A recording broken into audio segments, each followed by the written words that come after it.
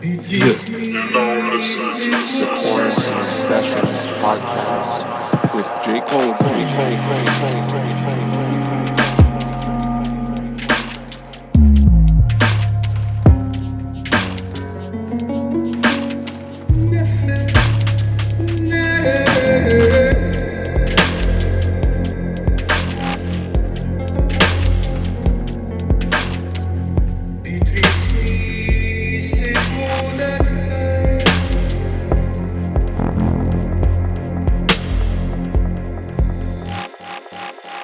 What's up, dude? Tyler? Hey, man. Let me get set up right here. I'm set up right in front of God's self. Wow. All Let me right. turn the psychedelic filter off. Yeah. Wow, that's amazing. This is my first Instagram live, actually. How's that? That's amazing. Cool. Yeah, that's probably the best backdrop of any of my guests ever so far. Yeah, I mean, hey, man, I'm blessed to be here at the Chapel of Sacred Mirrors. Yeah. Yeah, absolutely you are. Yeah, it's probably one of the best places you could ever find yourself as a human being. How did you manifest that? Lead me through your magic. Mm-hmm. Well, yeah, the origin story, right? Like, how did I cross paths with this amazing place? Yeah, I guess I'll start. There's so many places that I could start with that story, because I could start practically from birth, or like the things I was interested in when I was a kid ultimately led me here. But I'll start with the first time I came to the Chapel of Sacred Mirrors. It was January 2016. I had heard about Alex Gray. First time I actually found out about Alex was I saw him on Joe Rogan's podcast in 2013, I think it was. And that was before I had seen any of his art. I never heard of Tool before. Like, my first introduction was just hearing him talk, which is funny. Like, the thing that brought me here was the ideas, even more than the art. If you know what I mean. But of course, the art was the hook. You know what I mean? So I just knew I wanted to come visit this place. I was really interested in psychedelics. I was studying psychology in college because I wanted to kind of pursue psychedelic psychotherapy. I thought that was going to be my path, and it was So you already had a history of interest in psychedelics, but you hadn't heard of his work before? No. I had an interest in psychedelics. I've always been interested in altered states of consciousness, in particularly dreaming. I was really interested in, even from a young age. I just think it's so fascinating that we go into these worlds every evening, and no one really talks about it. No one really talks about how weird dreaming is. And psychedelics, I think, fruited naturally off that interest, because I think psychedelics in a lot of ways is similar to dreaming. It's almost just a more manifest, lucid, a waking dream. But anyways, so I was really interested in psychedelics in college, and I was interested in studying the psychedelic experience. Now, you can do that by reading about the experience, and I just started to read voraciously about it. You can learn about the experience by taking psychedelics, but of course, that's not the most sustainable way. You know, every time I had a question about the nature of psychedelics, I can't just do acid, you need to find a more sustainable way of studying the phenomenon. So then I got turned on to the visionary artists, because what visionary artists are doing, they're taking photographs of that space that other people can kind of stand next to and go, whoa, it's like a map. It's like a map that you can study that space without actually going there. Like this painting right behind me, this totally is a photograph. It's a photograph from the DMT realm. And Alex, people always are coming up to Alex saying, hey man, I've been there. What's that about? It's because we all go to this same space when we trip, whether that be the collective unconscious or something greater. But anyways, I was getting into visionary art, and I realized, or because I realized I could study the psychedelic experience through studying visionary art. And then I came to the Chapel of Sacred Mirrors on a snowy evening in January 2016. And I say snowy because there was a storm like all around COSM, but for some reason COSM like didn't get hit at all. So I came there. First time I came here was actually to volunteer. I had never been here before, but I'm like, you know what? I'm just going to volunteer. Let's do it. I just knew it was something I wanted to jump headfirst into. But because there was the storm there, almost no one came to that full moon ceremony. So I was able to actually just sit down next to Alex and Allyson and have a conversation with them, like for like 4 hours. And wow. after talking to them, I was just like, oh, this is where I want to be. This is where people are having the conversations that I want to be a part of. This is where, this is the table that I want to have a seat at. So I started volunteering every month from that point for about 2 years until I got caught up more with school and like moving to New York City, where I lived for a few years, kind of working full time. But I fell in love with a beautiful girl named Alexis Spatty, who was part of like the COSM fam. And then that kind of like brought me into this whole weird space more, you know? And then, yeah, so I ended up going to Burning Man with Alex and Allyson and my girlfriend and some of the other COSM crew, just to like help out. And then it was at Burning Man that I had already had a podcast. I had a podcast called Lifting the Iceberg, where the broad subject was exploring the unconscious through visionary art. Wow. Yeah. So then Allyson like slaps me on the knee and she says, "Tyler, when are we coming on your podcast?" I'm like, "Oh, geez, I don't know, Allyson Gray and Alex Gray, whenever you want." So then we come back from Burning Man. I interview them on Lifting the Iceberg, and I think after that they were just like, "Oh, you know what? We like this kid. What if he did podcasting for us?" And then that became like more and more of a conversation. And I quit my job in New York City. I was teaching parkour in Manhattan. Cool. Yeah. I was doing parkour coaching. And then I kind of jumped ships a little bit, came here, moved in with my girlfriend, which is amazing. So love is really kind of what brought me here ultimately, but love and just my curiosity around the mystical experience. And I'm not actually a visionary artist, which is the funny thing. You are a visionary artist. I've seen your Bubbleverse paintings. I mean, yeah. You shouldn't criticize your own creativity. You should own it. Oh, certainly. I guess. Yeah, it's funny, and that is something that COSM actually. I guess I should say I wasn't a visionary artist when I came to COSM. COSM made me into a visionary artist because I do experiment with art. And like, yeah, you've seen my Bubbleverse paintings where I'm essentially taking photographs from a psychedelic experience that I had. And that is like, that's like dictionary by the book Visionary Art. So I've always just, this whole place, this whole, ideas and philosophy around COSM really changed my relationship with my imagination. So yeah, I'd say that's the elevator pitch for why I'm here and what I'm doing here. That's awesome. I love that story. I love it because it reminds me that it seems like psychedelics do turn people into a sort of psychedelic missionary, and this is just something that happens. Like, I know so many people whose lives have been changed by psychedelics, and then they get so stoked about it, and they make it their lives missions to spread that experience to others. And it seems like that's kind of the path that you're on. You're a psychedelic missionary as well, of sorts. Yeah.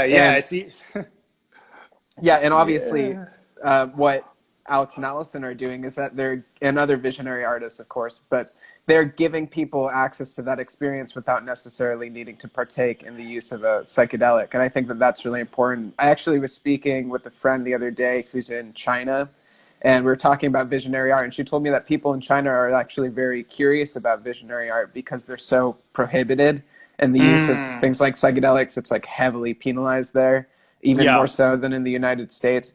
But yet they're curious about that experience. So one way that they can have access to it is actually through works of art, like visionary it's legal. art. Like, how are you going to make It's legal. art illegal? You know? Yeah, it's easy when you take psychedelics, you start to like just want to turn the world on, you know? I think that's what happened with Timothy Leary in the 60s. But for me, I think psychedelics are just one vehicle to this broader mystical experience that I think is at the core of at least what I'm really interested in, and at least at the core of, you know, I think what visionary art is getting at, because Carl Jung, I think, was a visionary artist. He had never taken any psychedelics, but when you read the Red Book and you learn about his experiments with what he called active imagination, those are some of the most psychedelic illustrations I've ever seen in my life. And they didn't come from the psychedelic, or they came from the psychedelic space, but just not induced by a psychedelic. You know what I mean? Well, it's like psychedelic meaning mind manifesting. There are so many ways that one can manifest their mind and explore their unconscious. Carl Jung was doing that mostly through dream work, which is also fascinating. And I'd love to talk a bit more about that with you, because I've also been fascinated with dreams throughout many periods of my life. But yeah, it's not necessary that you ingest a chemical or a plant to have a mystical experience at all. And people have been having mystical experiences throughout history through all different kinds of means. Yeah. I mean, the psychedelic just trips the brain. You know, the brain, our brains are primed for this experience. Like, we wouldn't have the capability to have this experience if it didn't serve some kind of evolutionary function. So we're predisposed to it. But it is interesting how each psychedelic has a particular way in which it perturbs your consciousness. Like the ayahuasca state is it's not just some kind of common denominator experience. It's like there's a specific ayahuasca experience, and there's a specific LSD experience, and a specific mushroom experience. And like each one of these psychedelics almost has its own language, which I think is really fascinating. There is this common mystical core, but each of these vehicles has a flavor, you know, it has a unique way. There's something somewhat cultural about that too. I kind of feel like in some ways LSD is like our folk plant medicine in a way, because it pretty much, it was derived out of Western culture, you know, like it was invented in Switzerland in this modern culture, and it was used primarily by people of Western first world countries. And ayahuasca, for example, it comes out of the jungle in Peru, and it has a different cultural adaptation, and a lot of the kind of ritual and ceremony around it is really specific to that culture that we can't quite empathize with as easily, you know?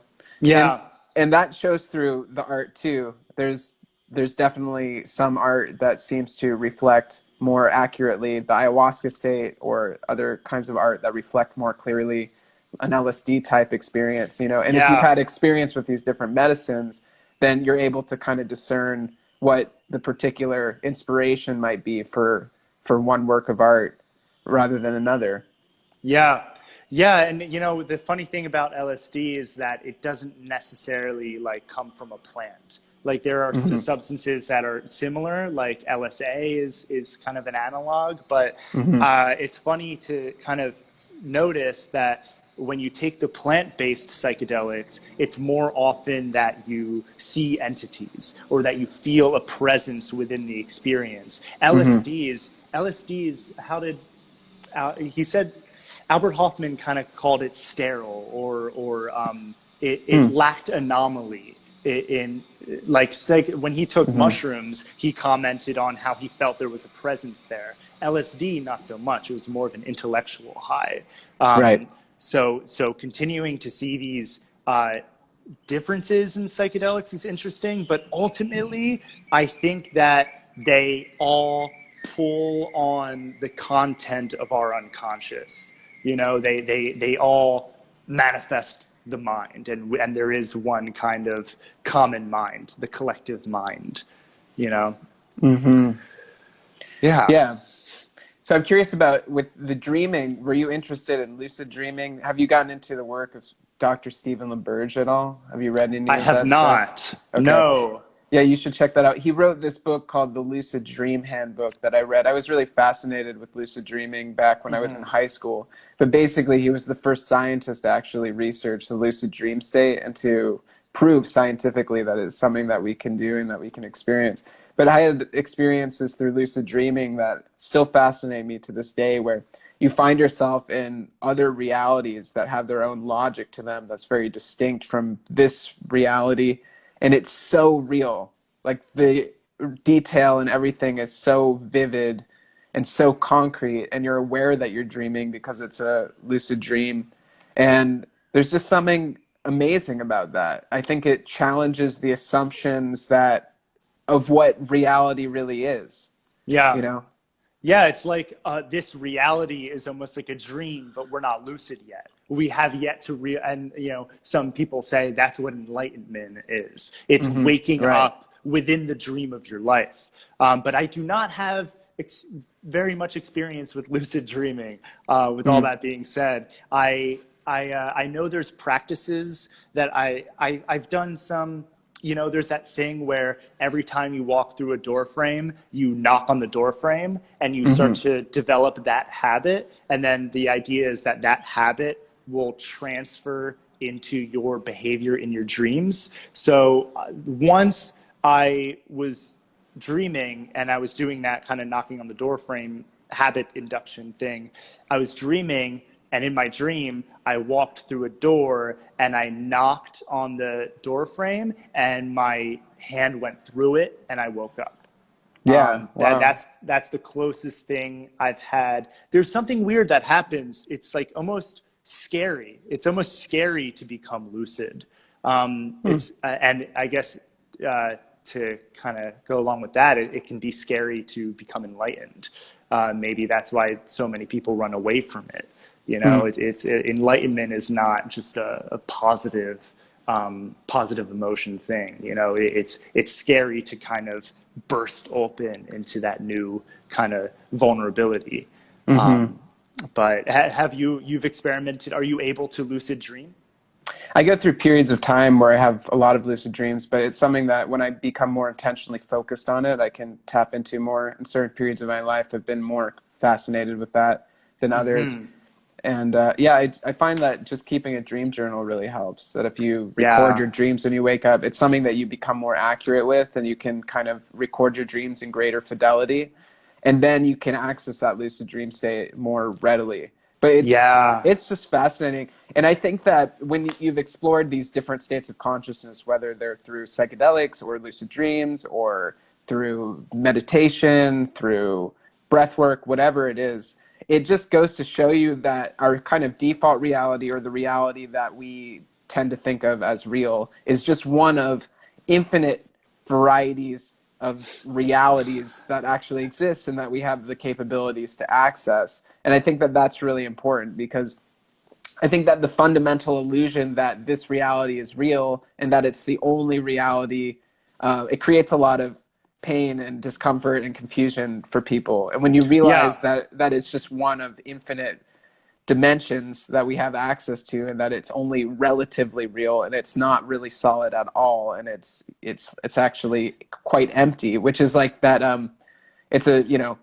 Buddhist principle, actually, to learn that and to have that state of consciousness kind of more ingrained as you walk through life. I think that really can help to liberate you from all the kind of like stickiness and heaviness that people get so bogged down by in life.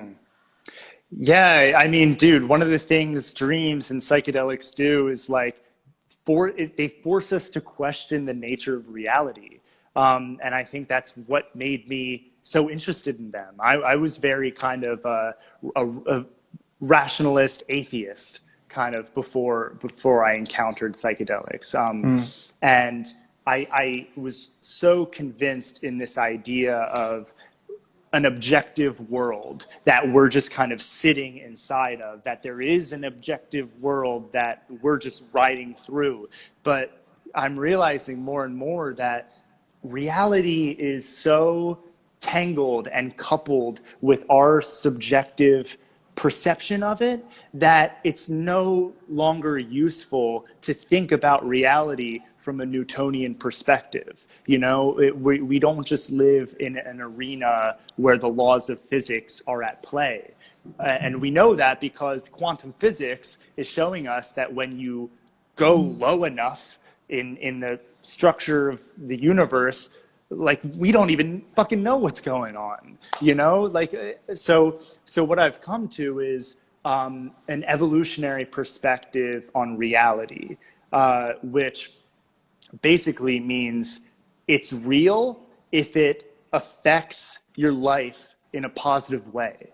Like Darwin said, nature is that which selects. So reality is the force that causes you to either be able to spread your genes onto the next generation or not, broadly speaking. And like, with that being said, you could say a dream isn't real. You could say a psychedelic experience, that place, isn't real, but these things have real effects on the way we live our lives. They have real effects in the way that life, as expressed by human beings, goes about unfolding on this earth. So in that sense, from an evolutionary perspective, the psychedelic dimension is real. You know, it doesn't matter if it's an actual physical place that we can kind of outline with like Newtonian physics. Evolutionarily speaking, it's real, you know? Do you think that having a psychedelic consciousness does pose an evolutionary advantage? I mean, it is certainly. It is kind of like a sexy thing right now, but I'm curious what you have to say about that. It is, very Darwinian of you to say it's sexy. I think that another little background about me, my perspective on a lot of things is through this evolutionary perspective. I got my bachelor's degree from Temple University in Philadelphia in evolutionary psychology. Oh, wow. Where Okay, where my thesis was kind of tracing the origin of the imagination back to psychedelics in the cave, like, you know, inspiring cave art, which is so obvious. But then that led me to ask broader questions about, like, why do we have the capacity to have the psychedelic experience? You know, nature is conservative. We don't have anything that we don't use. You know, people used to think that your appendix, it was just leftover. It was a vestige from back when we ate raw meat. And now that we don't eat raw meat anymore, we don't need our appendix. So back in the 50s and 60s, people would just get their appendix taken out because it was just assumed that it was useless. Turns out the appendix produces white blood cells, and it's an integral part of our body. So it's this idea that if we have it, if it's part of our body right now, then it serves some kind of function. Because if it didn't serve a function, it would have been selected out of the gene pool. So what is the function of the psychedelic experience? I think, it leads to increases in openness, which leads to increases in creativity, and maybe societies and tribes do better when there's a few more creative people to figure out solutions to difficult problems that we need to figure out in order to survive. Of course, it makes us closer with the people we're with. It kind of brings us into one mind. So I think there are plenty of ways to say that the psychedelic experience, or just the mystical experience, really. I keep saying psychedelic experience, but really it's the mystical experience that is at the core of religion. And then what is religion? That's a whole other kind of can of worms that we can open up. But yeah, I think these states are so important. And bring it like you're an amazing visionary artist, man. Like people like you bringing these things back, like that is the kind of thing that drives evolution. Like I seriously think visionary artists are driving evolution in a way that we don't even completely understand yet. Right. And I think it's also perennial. I think that there's always been visionary art and there's always been visionary artists. Like last week I watched Baraka. Have you seen that movie? It's really beautiful. Well, there are these two movies, Samsara and Baraka. They're both I've seen Samsara. It's made by the same film director. It's very similar, but there's a lot of footage within the movie of mosques and temples and churches and religious ceremonies from all over the world, and it just really shows how it's this common thread within all human cultures to have these transcendental experiences, and that it's pretty much been deemed the most important aspect of life by most cultures throughout history. And whether it's derived from a psychedelic means or not, people seem to have similar experiences that's reflected in the kind of sacred art that people make. Themes of geometry, of symmetry, of colors, of luminosity, and these are the same things that people experience when they're on DMT, but you see it also in mosques and you see it in churches, and it's kind of like everybody's going to that same place somehow, So there have always been visionary artists for thousands and thousands of years. Yeah, and then religions kind of grow around people who have had those experiences, almost like crystals. It's like, but it's not just one person having the mystical experience. It's one person having it, and then other people having it, and then those people are going like, "Wow, I had that experience too." And then those people like generate art or communicate that experience in a way that, as Alex would say, feeds hungry souls, where other people who may have not had that personal experience, they are still kind of eating of the fruit of the people who have had these experiences. And when that grows and grows and becomes more collective, it kind of turns into a religion. And ultimately, I think a religion, it's funny, I mentioned before, I was very kind of rationalist. I was very atheist. I believed that religion was just an illusion that protects us from the fear of death. I was really influenced by a book called The Denial of Death by Ernest Becker, where he kind of says all religion is a lie. It's a lie that helps us to deny our own mortality. We can kind of construct these angels that generally have no genitals because, of course, genitals, that's a mortal animal thing. And of course, I think it's interesting how humans, we like to think we're something other than animals. And I think that's because we try to disassociate with the idea of death that we more easily associate with animal beings. But then I realized like that religion is not just a lie. It's not just an illusion that protects us from some kind of fear of death. How come when we take psychedelics and experience death, we grow from that? I don't think we're trying to deny death through religion. I think through religion, what we're trying to do from an evolutionary perspective is to manage complexity. So I was on ayahuasca one time, and I had this kind of vision. Sometimes psychedelics speak to you in like bumper sticker, these short little sentences. Like Ram Dass was good at like pulling those out. And the psychedelic said to me, religion is a relationship to mystery.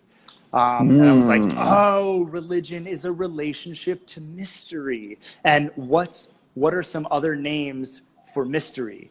Complexity. How about chaos? How about yin? How about nature? like the great unknown. We are limited beings living inside of a limitless universe. There's always more of what we're contending with than there is us. And there's this membrane. If you're catching my metaphor, there's this membrane that exists between the known and the unknown. And religion is almost like the map that we use to push into the unknown, to continually make order out of chaos. Because religions, what do? They give us solutions to the most mysterious questions in life. Where did human beings come from? Where are we going? What happens after we die? What is the best way to live a human life, which I think is the biggest one. Religions teach us how to live. Religions are maps of being. And when you look at it from a mythological perspective, kind of like Joseph Campbell did, you can pick out figures like Jesus Christ. I don't think Jesus was a supernatural being. I think that Jesus represents a supreme state of being. And just the idea of Jesus is actually like a map that has been generated over many generations on the best way to live a human life. So talk about another way religion serves an evolutionary advantage. It gives us a map for how to operate in the great mystery, the great complexity of the universe. It's not just a way to deny mortality. Yeah, I love that. And I think also a principal component of psychedelic culture is what, Tim Leary said, which is question authority. And it's more anarchistic or autonomous, I guess. That's been my experience if you want to look at psychedelics as a religion, the thing that differentiates them from, say, Islam or Christianity is that in Islam or Christianity and in other religions, there are typically really strict rules that one must adhere to. Yeah. Whereas with the psychedelic experience, people typically have these kinds of experiences and they have realizations which guide them and can alter the way that they live their lives. But it's not like there's a authority group that's telling them you have to do it this way. And I think psychedelics defy that. I don't think it's even possible to put them into that. And people try, but I don't think you can. Well, that's kind of what really turned me on to psychedelics in the first place. Like, I thought religion was bullshit, but I know my own experience isn't bullshit. Like, I don't have to believe any of these religions to have this experience. Because religions, they do get tyrannical, they do get oppressive, but of course, and I do support everyone having their own experience of the divine. It's a way of decentralizing religion where each person can have their own relationship with the great mystery. Like there's that saying, what is it? Religion is basing your beliefs off of someone else's experience, and spirituality is basing your beliefs on your own experience. And I really stand behind that, but I don't look at religions anymore as these. Well, they are, of course, oppressive and tyrannical. Of course they can be that. We've seen people That's their shadow side. It's their shadow side. But what is the light side? The light side is that religions have been created with the input of thousands of millions of people throughout history. Each religion is a myth that has been generated and agreed upon. It's almost like a religion is something that has been abstracted out of the collective unconscious, and it's hard within one, and it's a way of outsourcing our mind, because it's hard for a human being a human is so complex that it's hard for us to figure out how to be human without anybody else's help. We're constantly looking, like flailing around in the chaos. How do I be a human? And religions, they give us really, it's cultural wisdom, and we need to value that. And that's one of the parts of COSM that I really kind of got behind. It's like, we of course value the personal mystical experience and think that is ultimately the most revolutionary thing, but you also need to respect the wisdom traditions, man. Like Christianity has something to tell us, Taoism has something to tell us, Islam, all the religions, and you have to kind of hold the belief that no single religion is true, but all religions contain truth, you know? So it's not, I think it was very immature of me to just have this kind of denial of the value of religion in a very Marxist way. Karl Marx said religion is the opiate of the masses. Well, it can be that, but it's not just that. You know? Right.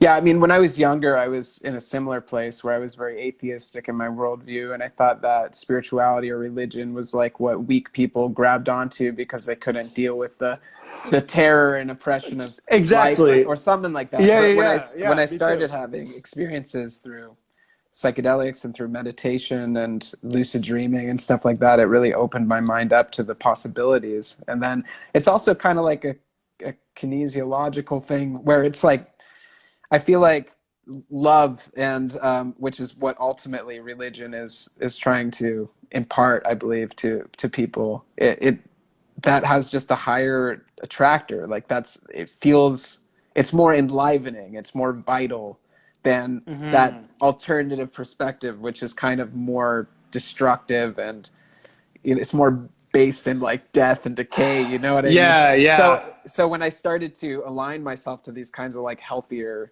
perspectives, I found my life transforming in these positive ways. And that was enough to kind of sell me on the legitimacy of these worldviews. You know, it's like the experiences that I was having by looking at the world in this way, that was enough for me to consider it valid. Yeah. I mean, dude, religion calls us towards higher being.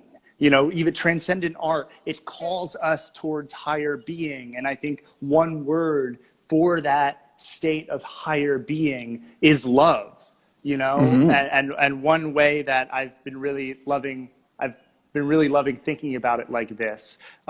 So when there were just single-celled organisms on Earth, 400 million years ago, they weren't able to detect light. But it doesn't mean light wasn't there. It just means they had not evolved high up enough to perceive the light yet. And it wasn't until the Precambrian era where bugs started to evolve photoreceptors. And then this is called the light switch theory in evolutionary biology, if anyone wants to look it up. But once one bug just got the mutation, there's a random mutation that made it able to see the light, and then that just exploded and there's this thing called the Cambrian explosion, where all these animals just got so complex so quickly. And the idea is it's because they pulled themselves up to be able to perceive the light. And that drove their evolution further. So I think in some other larger way, we are those single-celled organisms evolving upwards to perceive a reality that is already there. And once we reach a tipping point in our ability to perceive that reality, that's when evolution squared happens, you know? Yeah, I think about that too, and I think that does give some validity to psychedelic experiences because there's all these frequencies and wavelengths that we acknowledge that we aren't able to comprehend with our human instruments, and we build other instruments to be able to experience them. And but so therefore, they're there, and so therefore you can make a pretty accurate statement that there's like a lot of stuff going on that we just can't perceive. We just don't have the capability to perceive it, and I think it's likely that when you take a psychedelic or when you're in a certain kind of frequency or state of consciousness, that it gives you an extrasensory ability to be able to perceive information that you otherwise wouldn't have the ability to, you know? And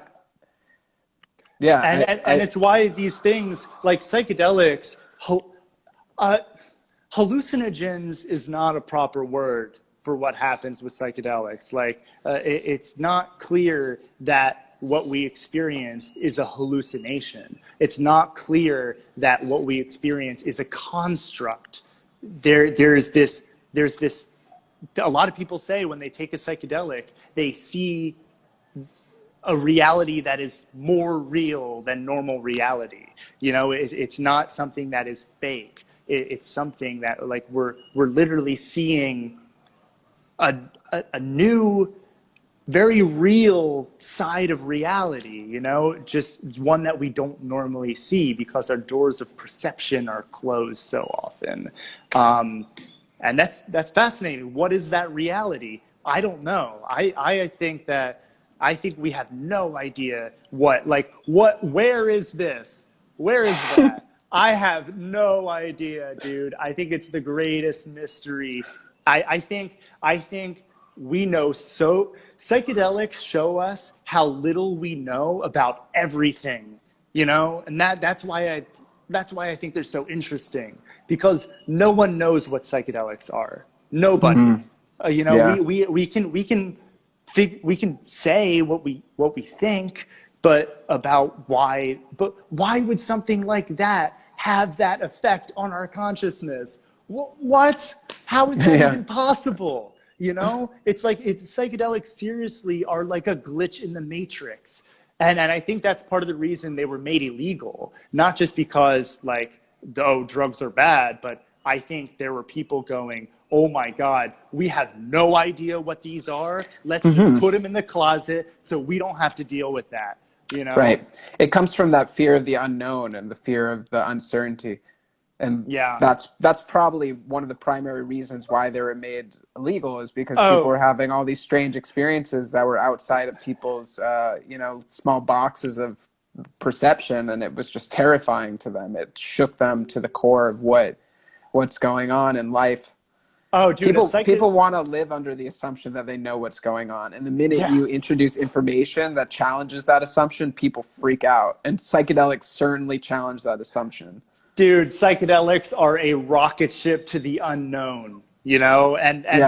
But it's because they break down the ego. And what does our ego do? The ego's function is to define things, to define who you are and your reality that you're living in. And the ego, again, kind of like what I was saying with everything serving an evolutionary purpose, a lot of people say ego is the enemy in a way where ego is always the enemy. Our ego is a tool. You know, we wouldn't have egos if it didn't serve some function. But the problem is it has, like everything, the ego has a shadow side. It becomes calloused. The ego can become a cage. It's like a shark tank almost. I kind of think of it like when you're in a shark tank and you get dipped into the ocean, you're in a cage, but it's protecting you from the sharks. So what would you rather be, outside of the cage with the sharks? I wouldn't. But so there is this safety that we have when we're in the cage, but sometimes we're in the cage and there's no sharks around. Sometimes we're in the cage and we're actually in an amazing swimming pool, you know? So we need to break that comfort, that familiarity, and we need to very cautiously introduce the unknown into our lives, because that's how we grow. We grow by pushing out from what we are into what we could be.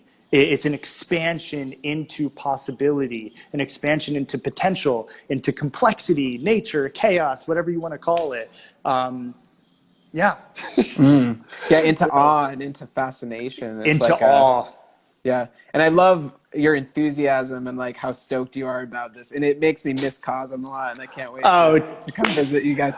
But it's like, just to be around other people who are so stoked about this is the best. And I mean, that's why you ended up at COSM. You said you went there and you were having these conversations, and it's so important. I think there's so many people kind of stuck in these places in the middle of nowhere with nobody to talk to about this stuff with. And I think it's so important to have people who have had these kinds of experiences and to be able to talk about it, because the experience is so revelatory and it can make you feel so impassioned about it, you know?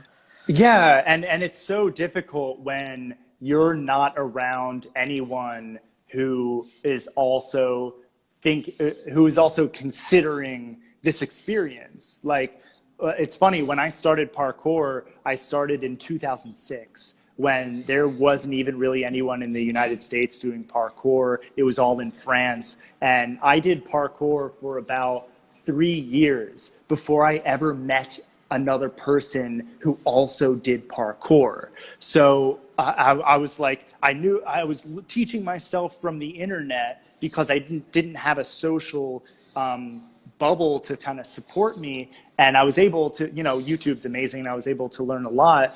But when I met other people who also did parkour, and then we could feed off each other and bounce off each other and kind of like, lift each other up, that's when I really started to progress. And it's the same thing with psychedelics. When I first, heard Alex Gray on Joe Rogan's podcast in 2013, no one around me was talking about things like that.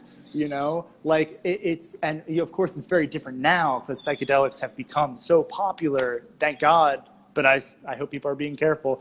But really, but I didn't have anyone to talk to about it back then. And then when I got to COSM, this place is, or at least like when it's not a pandemic, this place is brimming with people who love to talk about their experiences. And that's what COSM is. It's an incubator for people to share their experiences with the divine, and also for people to feel safe asking questions. COSM really is a bubble for free speech. Alex and Allyson, they've been very open about their psychedelic experiences since the 80s, and all through the worst parts of the war on drugs.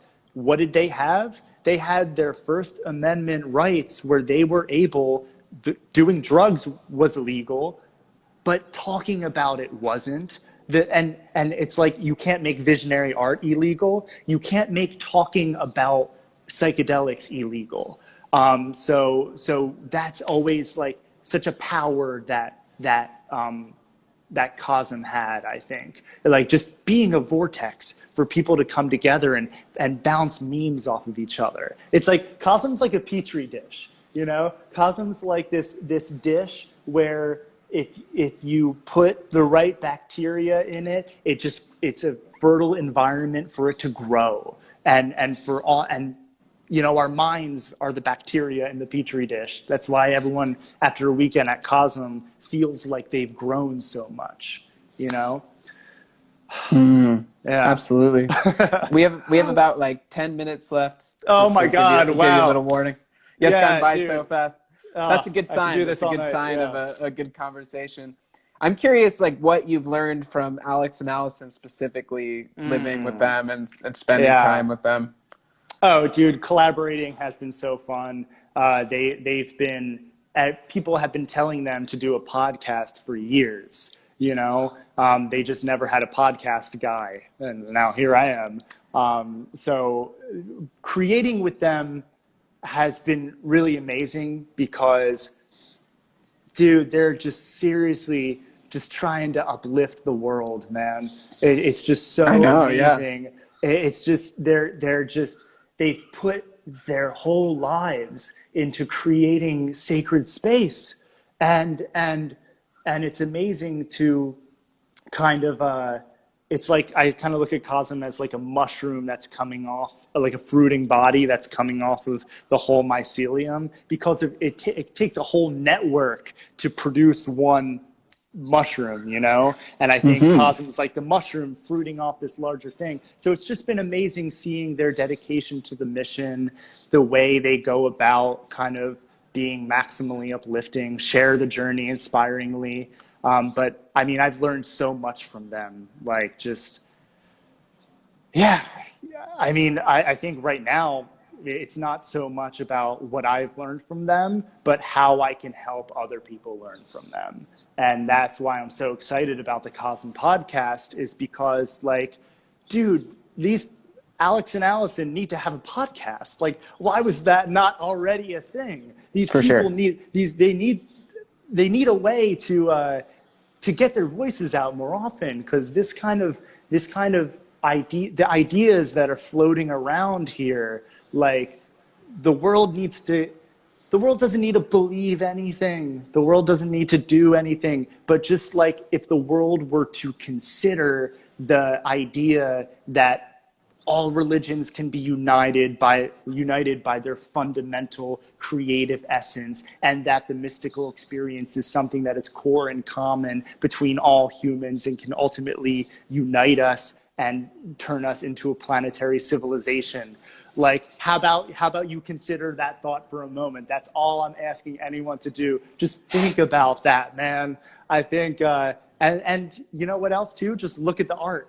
Just look at the art, and the art speaks for itself, man. But until then, I'm also speaking with them on the COSM podcast. So sometimes words are helpful to spread what is ultimately an ineffable, unlanguageable experience. Yeah. Yeah, there's a lot of people that might see the art and kind of just get it, but then there's other people who you might need to explain it a little bit or provide some context or just say a few words to go with it, and then they're like, oh, cool, like I get it now. I can see what you're talking about. Yeah, I mean, and that's kind of what Alex has painted all of these amazing images, but you know, Allyson always says, like, Alex always made his art to talk about, you know, so it's the piece of art, and that's why he's so good at talking about his art, because the talking about your art and then making the actual art, it's like part of the same process. And that's why that's something I've learned in my art that I've made, like with the bubble verses and stuff. I love talking about it. I love really kind of, and you know, I think visionary artists need to talk about their art more, because, you know, it's not clear to me that visionary artists really understand what they're making. In a way, the artist is just a channel that this thing is coming through. And if someone knows exactly what they're creating when they put it down and it has no element of mystery in it at all, then that's not art. That's propaganda. That's someone just crystallizing a thought that they think is true. Visionary art always has a window to the unknown, a window to the mystery inside. And I love, like, having, like with Lifting the Iceberg, I would have a conversation with the visionary artist about their art. And then after the conversation, they would go, wow, like, I understand my art more because I actually kind of explored it. So I think visionary artists, they're not always experts on what they've created. So kind of one of my goals is to, like, explore the art with the artist to kind of, to move into the mystery that the painting represents, I guess you could say, because we need to talk about these experiences. That's how new memes, that's how new ideas get generated, through talking. Yeah, which is talking, that's something I've done a lot tonight. Man, I love talking about these things. I guess that's why I'm the podcast guy. You're great at it. You're definitely the voice for the mission. And I think that's very important. Yeah, I mean, I think everyone who is part of the COSM community is a voice, because, like, that's how this thing spreads. Each individual, like, if every person who had ever been to COSM told, like, 5 people about their experience, or like what COSM is, then that becomes a network. You know, if you know 100 people, and then those 100 people each know 100 people, and then each of those people know 100 people, it becomes this exponential spread. So I hope that everyone who feels whatever this way is, I hope they're talking about it at the dinner table. I hope they're talking about it with their friends. Like, I know it's kind of a joke, like Joe Rogan, like that meme, hey man, have you ever tried DMT? Like he's just always bringing it up, but thank God, because someone has to. And I think that, talking about it is an important thing. And I'm glad to hopefully inspire other people to just talk about it. Just talk. You don't have to believe anything. Just express yourself, you know, tell other people what your truth is, because that's how evolution happens. Well, bro, thank you so much for this beautiful conversation. This was awesome. Dude, that flew by.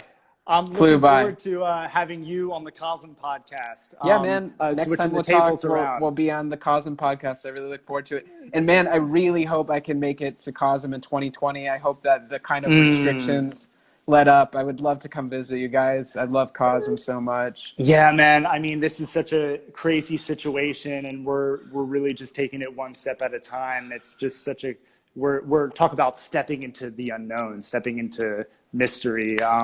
But I really look forward to the day where like we can have live events again. You know, really looking forward to having you here, man. You got to come. It would be my pleasure. Yeah. And thanks everybody for listening. Thanks for tuning in. Hope you enjoyed the conversation. Much love, Tyler. Send my love to Allyson. Dude, love you, bro. Please. Yes, I will. And also, dude, I just got to say, I love what you're doing, dude. You're just doing these like IG lives, just like with your phone. Like, this is the spirit that I'm talking about. Man. Like, you didn't have to get some kind of like fancy setup, because that would have just been a limit anyway. I just love the rawness that you went into it too. And the fact that you're putting up microphones to people who I think need to be heard more. I just so much love to you and respect to you, man. I love what you're doing, and thanks for having me on. Absolutely. Yeah, be well, bro. See you soon. See ya.